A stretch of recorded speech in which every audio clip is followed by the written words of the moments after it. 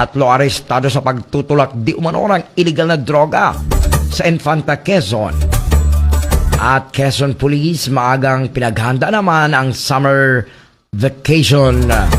Back-to-back report, pakinggan natin mula sa ating Calabar Zone correspondent Alaeje Ernarit Irat sa mo. Arestado sina alias Bajon, Anton at Rals ay sinagawang bypass operation ng Drug Enforcement Team ng Infanta Municipal Police Station kasama ang PDEA. Naharap ang mga sospek sa paglabag di umano sa Republic Act 9165 at nasamsam sa kanila ang higit kumulang 3 gramo ng hinihinalang shabu na naganap nitong Pebrero 4, 2026 sa Proclibis, Barangay Balugao, Infanta, Quezon. Ayon sa Municipal Police Station, nakumpiska mula sa mga suspek ang 4 na pirasong head shell transparent plastic sachet na naglalaman ng hinihinalang shabu na may tinatayang timbang na mahigit o mas mababa sa 3.5 grams na may standard drug price value na 23,120. Ganon din ang isang tunay na piece bill, isang coin purse na kulay light brown, isang pirasong sling bag na kulay itim. Sasampahan ng kasong kriminal ang mga suspect sa Office of the Provincial Prosecutor Infanta, Quezon.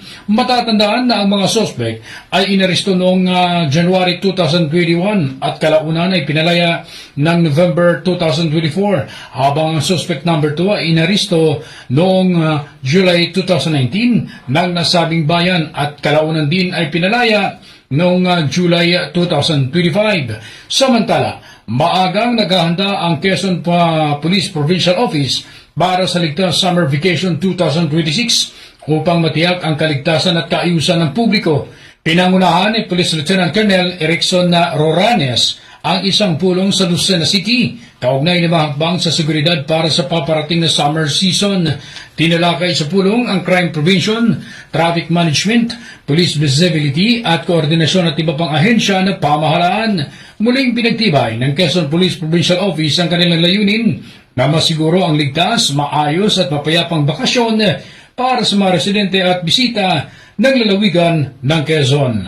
At dyan ang ratsa ng buhay naman ang balita mula sa lalawigan ng Quezon. Ako si J.R. Narit, nag-uulat sa Infinite Radio 92.1 Iba. Basta Balita.